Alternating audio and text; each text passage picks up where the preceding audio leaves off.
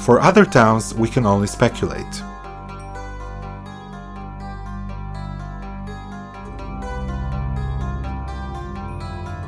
There were tens of župas in medieval Serbia. Therefore, this small number of towns does not indicate that there were not only centers of župas, but larger economic or military centers.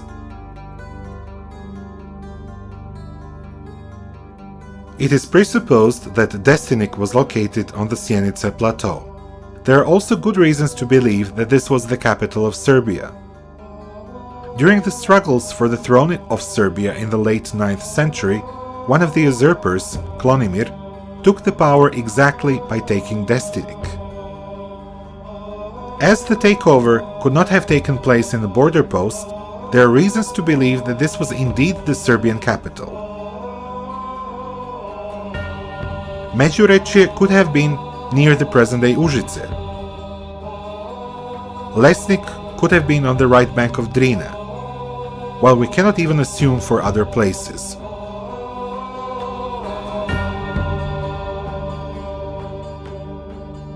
It has been noted long time ago that Slavs did not develop large towns in the first centuries following their settlement in the Balkan Peninsula. Hundreds of early Byzantine forts do not show any signs of life after the 7th century.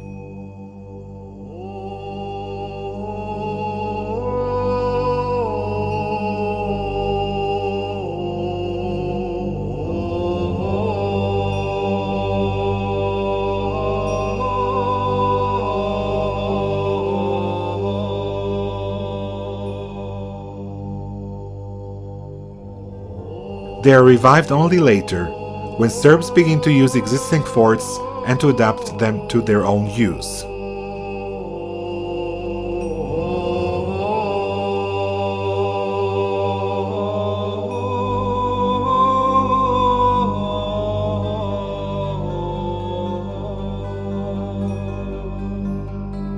It is to be expected that all the towns mentioned by Constantine Porphyrogenitus were established on the foundations or ruins of early Byzantine forts. As these towns were never again mentioned in the Serb medieval history, it looks as if they did not survive the 10th century.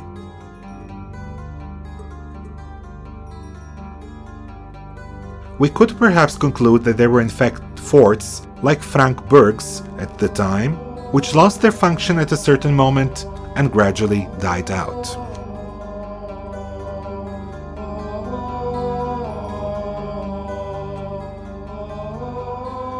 The stone foundation of earlier Byzantine forts probably formed the basis of new Serbian ones, strengthened by wooden palisades and ditches, and later perhaps built completely in stone.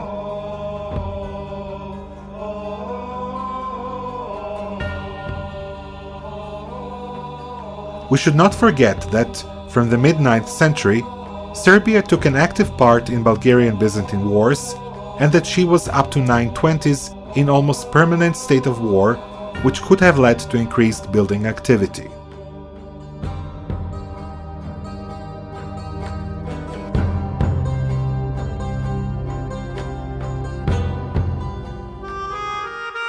Between the East and the West, at the crossroads between Latin and Byzantine worlds, Serbian dukedoms took advantage of the cultural influences from all sides.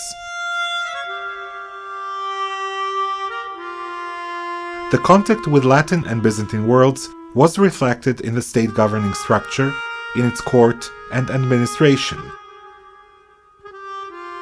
The lack of archaeological data does not allow one clearer perspective on this process.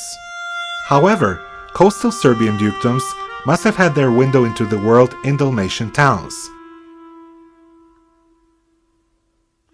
From an early date, they traded with Zadar, Dubrovnik, or Kotor. Timber, honey, wax, leather must have been the main trade items exported to Dalmatia. From Dalmatia, they received fine craft products, luxury clothes, and jewelry. The evidence for this comes from Zahumlja and Travunia and originate from the Dalmatian towns' workshops.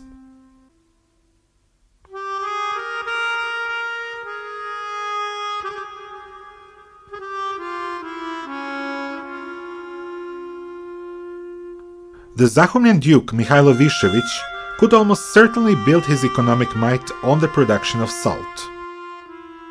Therefore, his seat, Ston, had salt production facilities nearby.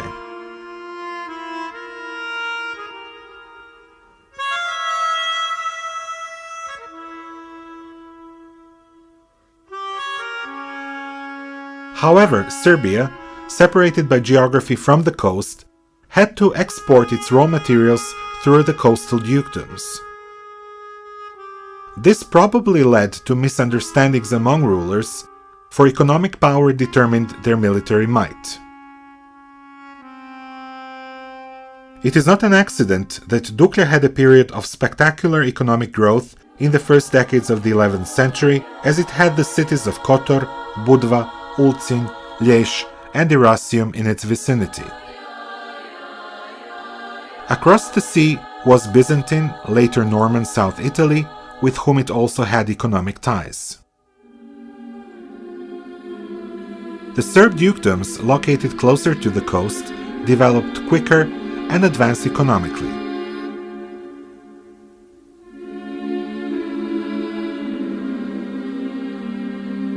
Serbia herself developed slower, as she was isolated in the middle of the Balkan Peninsula.